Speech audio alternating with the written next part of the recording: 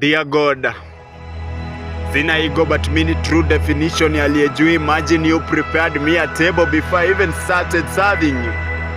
Since I was in my mother's womb, ile daily bread alikuwa nakula ndo nilikuwa na meza.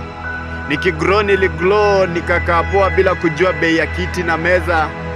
Nitakuwa nakosea nisiposhukuru, thank God. Nitakuwa unfair na nitaonekana mauru, thank God. Dear God, sijui nikupe zawadi gani after kuniweka present kwa wake up list tena leo. Juu hata ingekuwa na tu place kulingana na matoleo, I swear yangu ingekuwa the list.